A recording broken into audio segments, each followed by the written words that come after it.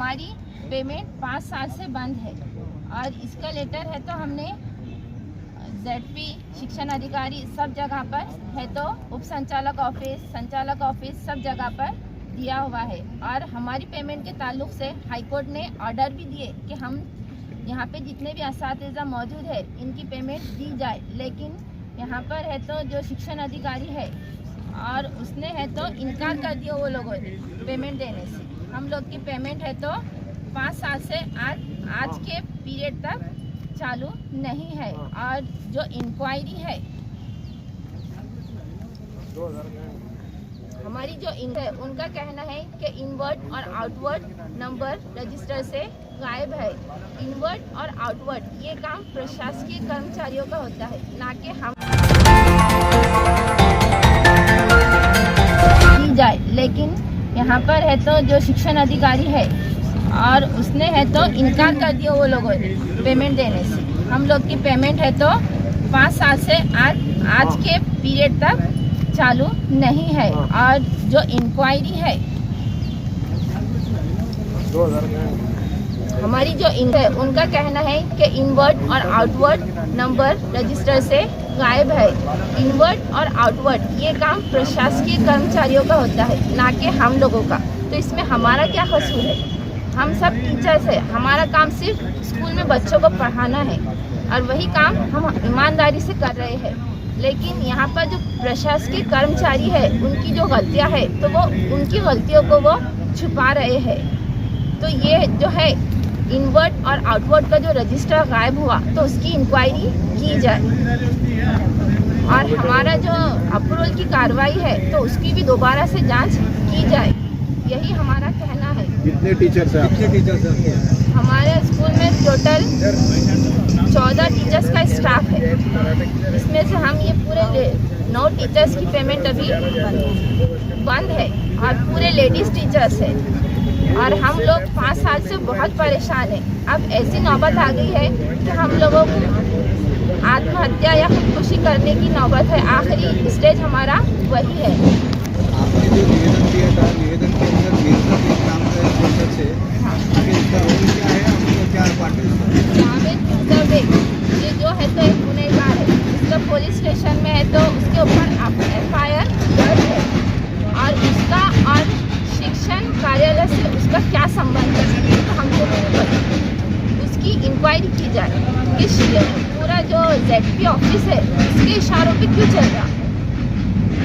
आपके वो जो अधिकारी है तो वो जावेद मिर्जा बेग के बोलने पर या उसके कहने पर या उसके इशारों पर क्यों काम कर रहे हैं? आप वो स्कूल में खिदमत अंजाम दे रहे हैं? जी हाँ, हम स्कूल में रेगुलर पढ़ाई करा जाते रहे हैं हैं पढ़ाने के लिए बच्चों। कितने सालों से आप हम वहाँ पर 10 साल से खिदमत अंजाम दे रहे हैं। तो आप लोग पूरे परमानेंट टीचर्स हैं? जी हाँ, हम लोग परमानेंट तो टीचर। क्यों अचानक क्यों पगार रुकी 5 साल?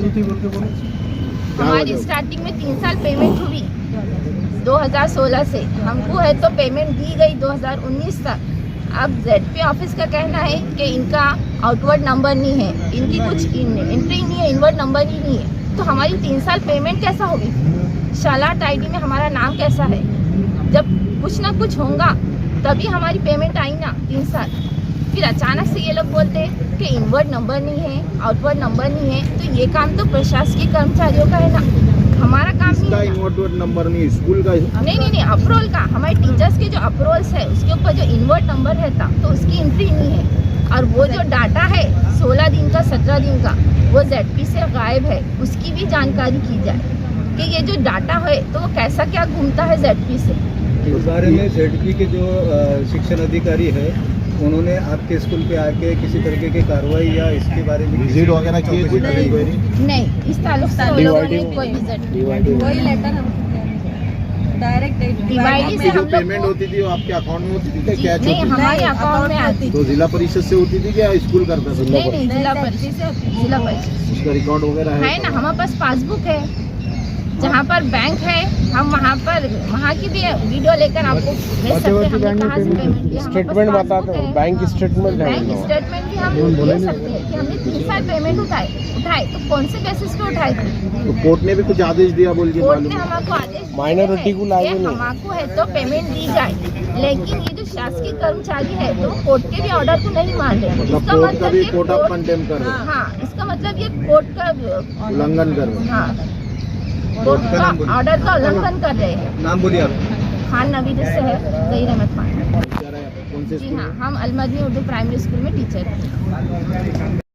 आज अलमदनी उर्दू प्राथमिक शाळेतील सर्व शिक्षक, कायम कार्यरत सर्व शिक्षक उपोषणाची यासाठी बसले की त्यांना गेल्या 4 वर्षापासून जिल्हा परिषद शिक्षण विभागाने वेतनापासून वंचित ठेवले आहे आणि तरी देखील ते नियमितपणे शाळेत येतात आणि शाळेचं ज्ञानदानाचं कार्य करत आहेत।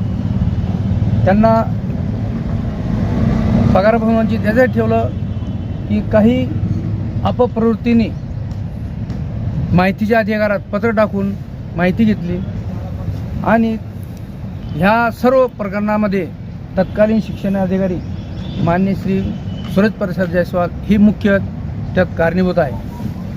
कारण की त्यांनी कुठल्याही प्रकारची चौकशी न करता, शहानिशा न करता शिक्षकांच्या वैयक्तिक मान्यता रद्द करण्याचा प्रस्ताव माननीय शिक्षण उपसंचालक यांच्याकडे पाठवलेला आहे आणि शिक्षण उपसंचालक साहेबांनी देखील एक ज्यावेळेस चौकशी नेमली, चौकशी ज्यावेळेस आली आमच्या कार्यालयामध्ये तिथं, परंतु त्यांनी 1/1/15 आणि 18/1/15 हे 18 दिवसाचे रजिस्टर अभिलेख गहाळ कसे काय झाले याची कोणतीही शहानिशा केली नाही किंवा चौकशी केली नाही आणि त्याच्या आधारे त्यांनी पण देखील वैयक्तिक मान्यता रद्द केल्या आणि पगार त्यांचा थांबवलेला आहे।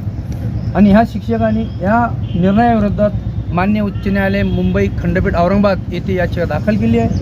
येथे देखील माननीय उच्च न्यायालय मुंबई खंडपीठ यांच्या न्यायाधीशांनी यांना वेतनापासून वंचित ठेवू नये, यांना वेतन देण्यात यावे।